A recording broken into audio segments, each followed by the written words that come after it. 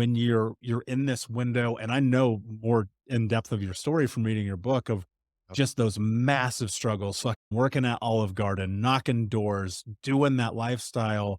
Like, what were you learning if you like rewind and put your brain into like a decade ago, 5 years ago, 7 years ago, like what were you learning about yourself in those moments of struggle? Yeah, I mean, I think I just learned that I honestly felt like I just had more mental fortitude than most people.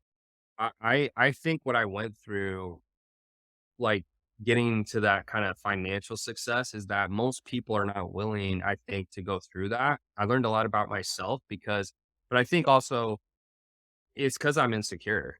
I mean, the whole reason wouldn't quit is not because I didn't want to quit. It's because I wouldn't quit because I was so embarrassed if I had to go back and basically let people see that because to that point, I Mm. hadn't failed at anything. I mean, even the NFL, yeah, that didn't work out, but I felt like it was a little outside my control based on my injuries. Like I could not stay healthy. I got in college. I did not get to get on the field for a single college down because I was literally always hurt, always. And so I guess I don't know. I guess in that point, I don't know how you feel about your journey, but I felt when I started getting into this business, I was like, man, if I struggled that much and I have this level of mental fortitude, which I think is in the top 1%, I can only imagine how other people feel. And it became apparent to me why a lot of people quit. It became apparent to me why a lot of people aren't successful, not because they're not special, but because they're not willing to push through the pain. Cause it sucks, dude. I mean, I just remember I didn't date. I was embarrassed to hang out with girls because of my car. I couldn't afford stuff. I mean, Olive Garden paid me $100 a day. I would go on a date with a girl and blow the cash on a date. And I was like, man, I don't want to do that anymore. I was working 16, 18 hours a day with no result. I mean, I would work half a day and then come home and work dead tired and it wouldn't work. And so when 2 years doesn't sound long, but when you're working every day of the week, 18 hours a day, and you rarely take breaks, it just feels like the end of the world, and it doesn't feel good, and your self-esteem's low. People ask you what you're doing, "Oh, I have a business." They're like, "Well, you're working at Olive Garden. How's that going?" Not going great. So, I don't know if that's the answer you're looking for, but I guess I learned a lot about myself and my mental fortitude, and when I finally did hit success, that did a lot for me because I realized I was like, "You know what? Like, as long as I don't quit, even if I'm not the smartest person, even if I make mistakes, like, I will get there." And I'm lucky I had a mentor who kinda, like, kept pushing me because I called him 4 to 5 times over that 2 years. I almost quit, and he just would talk me off a ledge, and it's crazy because I was on a podcast the other day, and I said, "Dude, the difference in opportunity cost is about $49.6 million because that's what I would have made in my engineering job is about 400 Gs, and I've done close to 50, and it's not all about money. That's part of why we're on this show, but I mean, that kind of stuff's crazy. And I think people do that all the time where they make these decisions that they have no idea the lasting impact and they'll never know. And that's scary to me because, anyways, so No, yeah, I long love answer. that. No, no, no. Take the space, please, because I like this is what this is about. I think about so often the difference between success and failure in pretty much everything in life is just timeline. A couple years ago, Grant Cardone, who I know that he invested into Think Unbroken. So he's a business partner, right?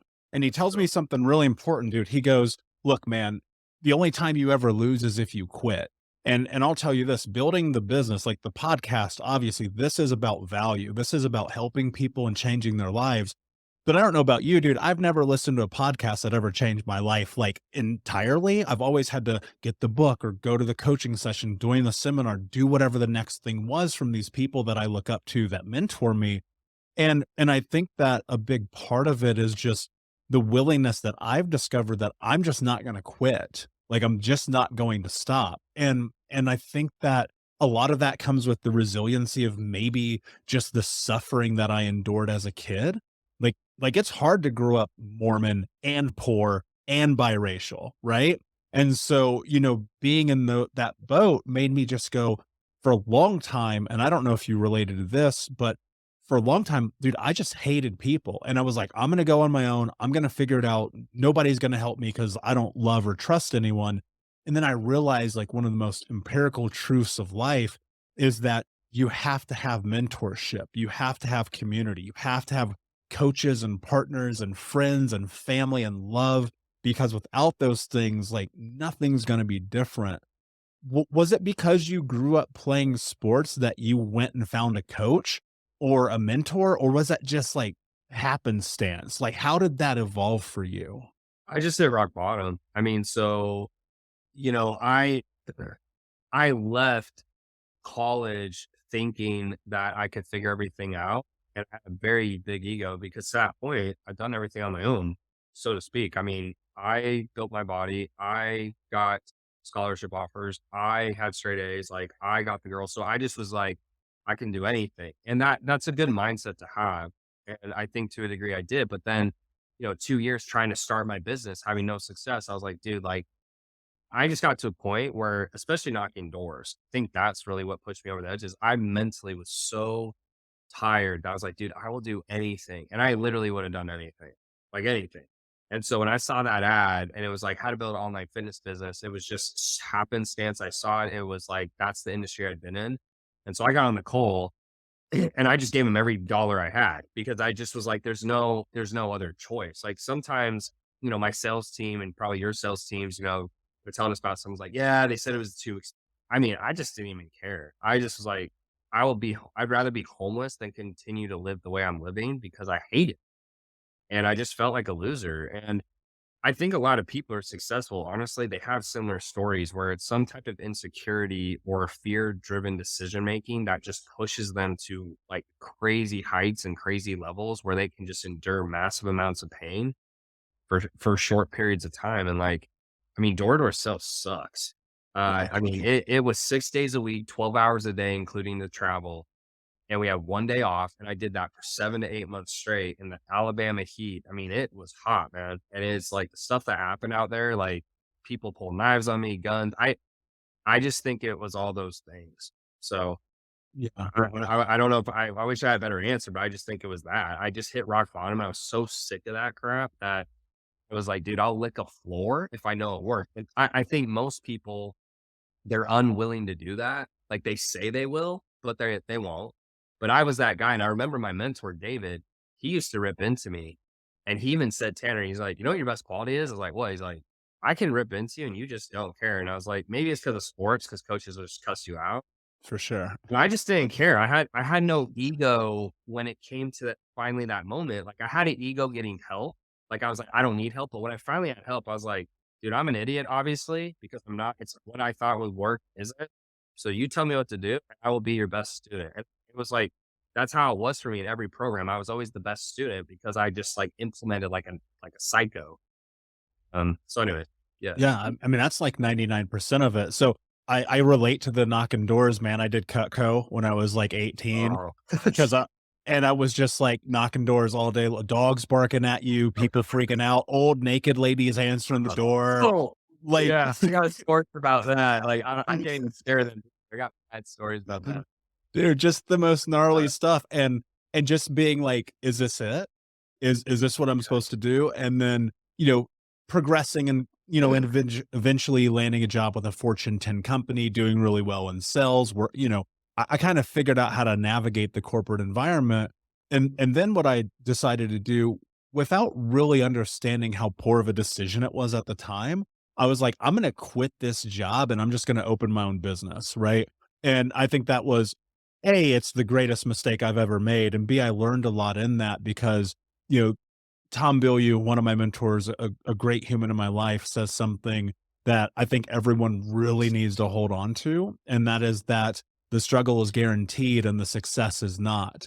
And so much of this journey really is about the struggle and being able to go through it. And I don't even think just necessarily financially, because dude, I've struggled in relationships, I've struggled with my weight, I've struggled with, the way I feel about myself when I'm by myself.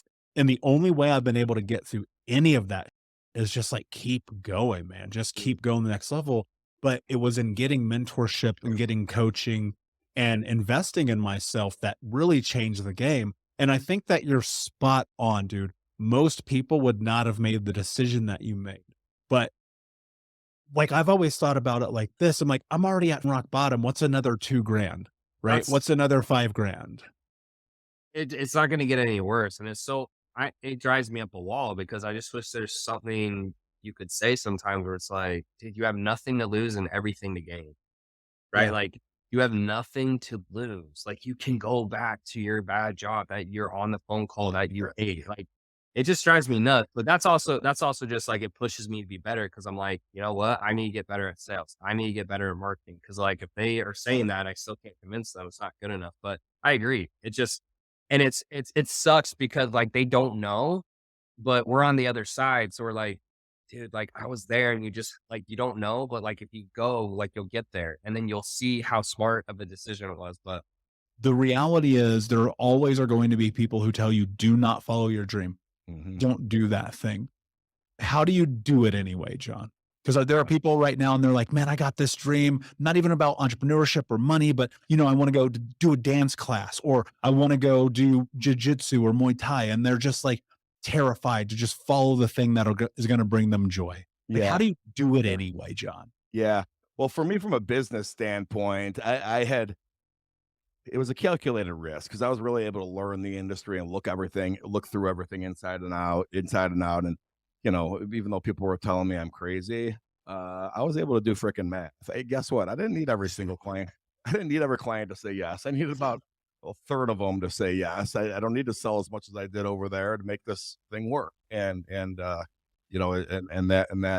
did. But but really what I discovered, Michael, I think is where your question's going.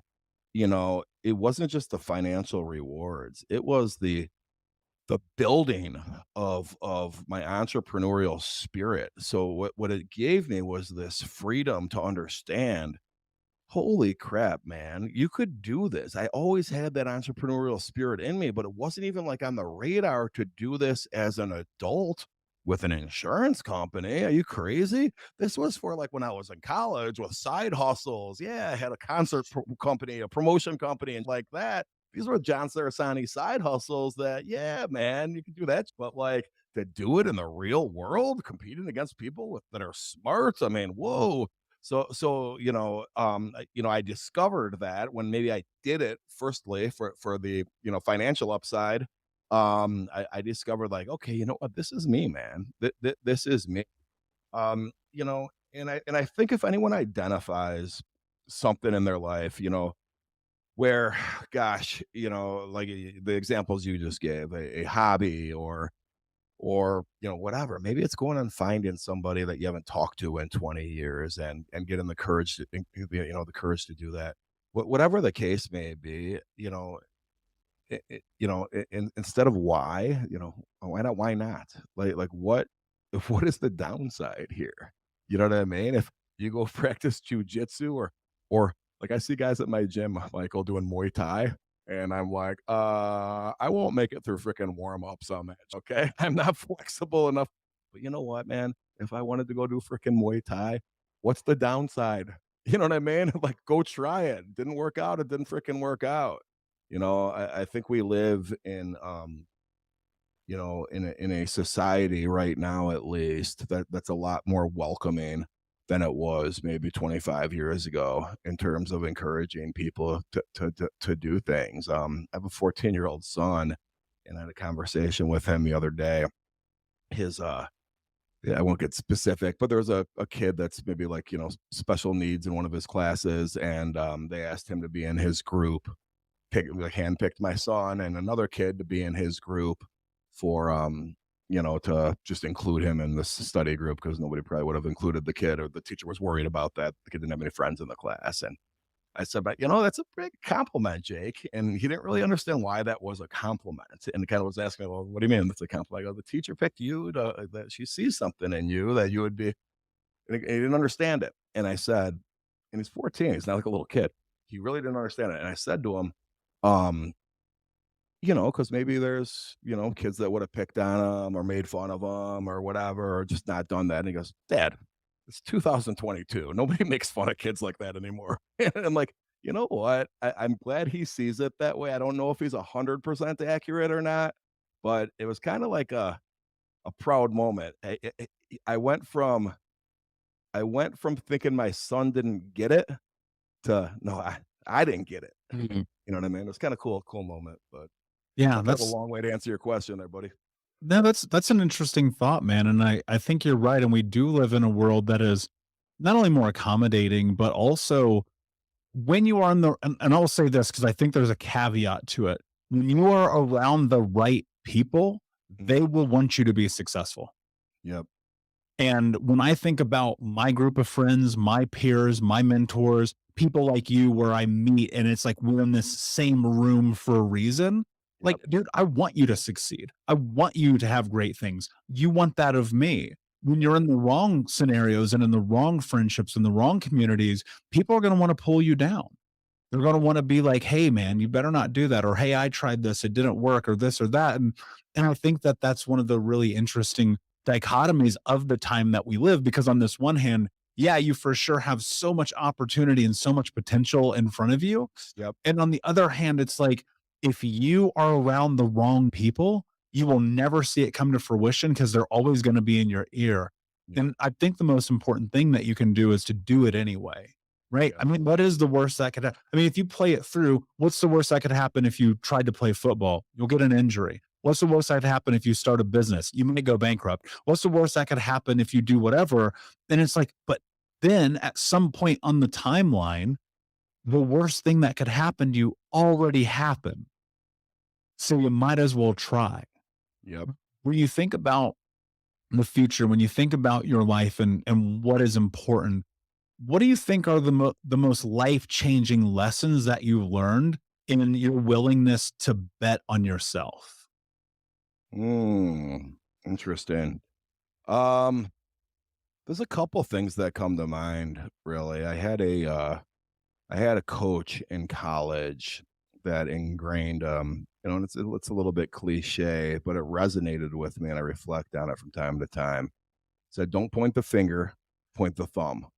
And his point with that, he was talking specifically to me too. We had a couple let's say episodes of adversity in college, and that's a nice way to put it. And he said, "No, John, you know, it's not like you keep defending yourself. Well, this keeps coming up. At some point, you got to look in the mirror, start pointing the thumb instead of the point of the finger. You know, you hear this once, you hear it twice. Guess what? You got to start looking in the mirror at yourself." So I think that was kind of a moment in my life where I looked at, hey, just got to take the bull by the horns here, man. It's so easy for all of us, right? It's so easy for all of us to blame our circumstances on other people. It's so easy to be pissed at the world, and even on a micro level, like, you know, you hear stories like yours, Michael, or you hear stories not even nearly as great as yours, but like a story like mine where I'm overcoming. Okay, I thought I was going to play in the NFL. Now I don't. Oh, I got to get a job. Okay, that's like a challenging time in your life. But like to do something positive and not blame anyone, like in the smaller facets, the big ones like that. Okay, let's draw attention to that. But like, I don't know, man. I don't like being around people that are constantly just like blaming everyone for their freaking situation. You know what I mean? Like, you know, I don't know, freaking like, oh, I was at this party and I freaking spilled wine all over this white couch. Well, they shouldn't have been serving red wine at their party with a white couch. That many people. You know what I mean? For real though, people would rethink. Totally. You know what I mean? I'm at a freaking party the other freaking day. It was my friends. I'm not going to be specific, but it was a surprise party, and someone that it was in their clubhouse instead of at like a bar. And why would they do it here? They say, I don't know anybody. And like, just shut up, God, shut up. You know what I mean? It's just like, you know, I try my best to avoid stuff like that. You know, sometimes I'll find myself being in the middle of that too, and I'll try to have that self-awareness. Wait a minute, I'm participating in this. Pull yourself out. You know what I mean? Yeah. So, That's an interesting point. I think you're spot on, man, because it's self-accountability. And I think that's a great lesson to learn, especially young while you're in college, but probably at any time, because Yeah. there is truth. I mean, yeah, man, like life is hard sometimes. Yep. Like life will kick you while you are down and it will rain on your parade and it will feel insurmountable.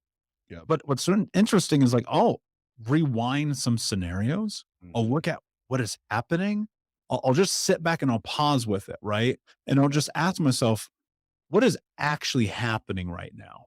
Right. Is this as bad as I'm portraying it to be? Did I play a role in this? John, 99% of the time I did. And Right. then what can I do about it? Yep. What can I do about it?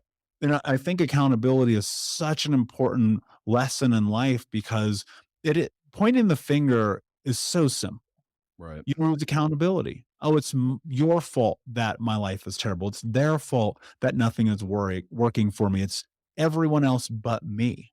Yeah. But I think when you get to that place of, wait a second, I play a role in this too. Mm. It's kind of like a baseball bat to the face. Right. Because if you're anything like how I was when I recognized this at 26 years old, I was like, oh, I play a role in my life as well. Yep. Yep. And I got to tell you, man, even to this day, because I'll have peers, bro, that that I came up with in the insurance industry, bringing this back to business a little bit. I'll have peers that are doing the exact same job that I quit. Okay, but they'll give you kind of that backhanded compliment here and there. Dude, like, you're kind of lucky how that unfolded. Congratulations, dude. You got so lucky with how that did, and just kind of throwing like a little jab, like you didn't. No, dude. You know what? I was pointing the freaking thumb instead of the finger, and I was at work till 8 p.m. Oh, we weren't allowed to bring laptops home back then. And you know what I would do? I'd go into the office on Saturday morning and then go back at 4 p.m. on Saturday to check to see if anyone responded to the damn emails because we wouldn't have Blackberries yet. Okay, that's the shit I was doing. What were you doing? You know what I mean? So like that mindset where, it has a positive connotation too. Yeah, get rid of the negativity, but also put it on yourself. Okay, what have you been successful with because you've taken the bull by the horns and done this on your own? And it comes to fruition for me. I don't say it out loud to the people, but I'll have people like I just said, give me those kind of backhanded compliments, and it's like, okay, yeah, dude. Remember when you were leaving work at 4:30 on Fridays? Yeah, I wasn't. I keep that to myself though. Yeah, there is some level to that. You used a phrase, stretching yourself a little bit ago. And there's truth in that. When I think about what I see myself accomplish, what our coaching clients and our coaching programs accomplish, and it's so many of these people are just willing to go the next level, go the extra mile, do the thing that sucks. Because like a lot of them, it sucks, man. It sucks to wake up and meditate and journal and to do the somatic things that you need to do to get inside of your body. It sucks to work on programs and events at 10 o'clock at night. But, also at the same time, it's like, what is your goal? What is your perfect? What are you trying to accomplish? Yeah. When you look at your life and what is next, one of the things that I think about for myself is like, I know I can't get to where I want to go without mentorship and coaching. Okay. And so I'm curious for you, what role does that play in your life? And is it helping you go to where you believe that you want to go in the future? That's a great question, and it's something I need to explore further than I have not gone that direction at all. I've actually gone this other direction where I've asked people to be a mentor. People have asked me to be a mentor for them, usually from a business standpoint. But I haven't leaned on other people. Now, what I have done is drawn on experiences that I've tried to learn from. And I've tried to take into account the principles we talked about earlier, like, not blaming other people for things happening. And, I'll give you a quick, for instance. All right. Oh, that's my second cousin. Oh, we only see them at weddings and funerals and, oh, whatever. Well, have you invited them to dinner? They haven't invited you to dinner either. Well, when have you invited them? You know what I mean? Like take that kind of role. Hey, this is family. This is someone that's important to me. So, one of the things I've started doing in 2022 is that on the first of each month, I have a list of things I want to make sure I can accomplish that month. And some are business related, some are personal related, some are health and wellness related. And a couple of them involve reaching out to people that I haven't spoken to in a while, someone that had some kind of significant impact on my life. And it could be a colleague, a business associate.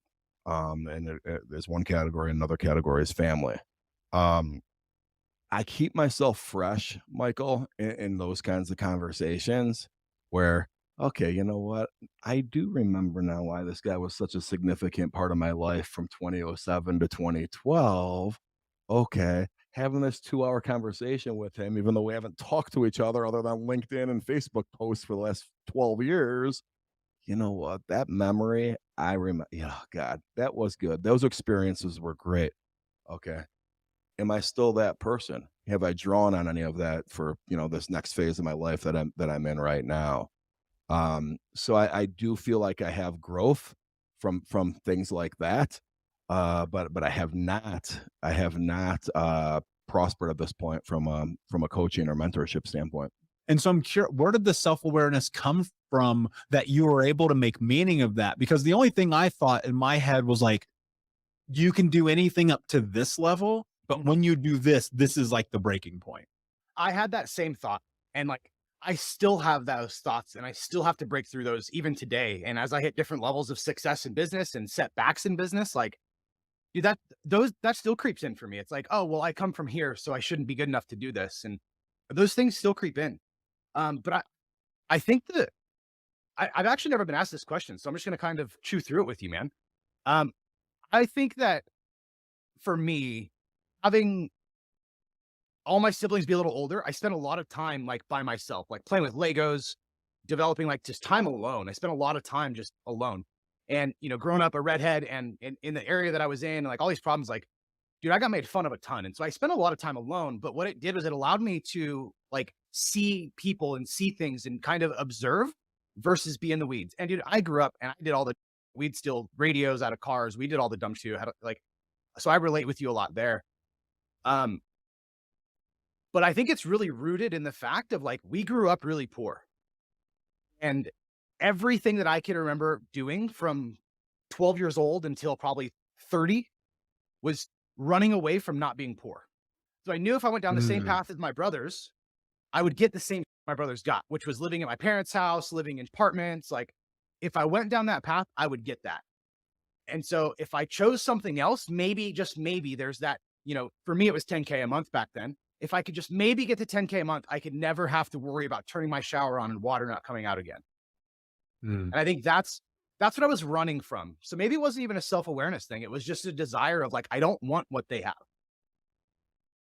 Man, that hits so home for me right now because that was really everything that I chased as a kid.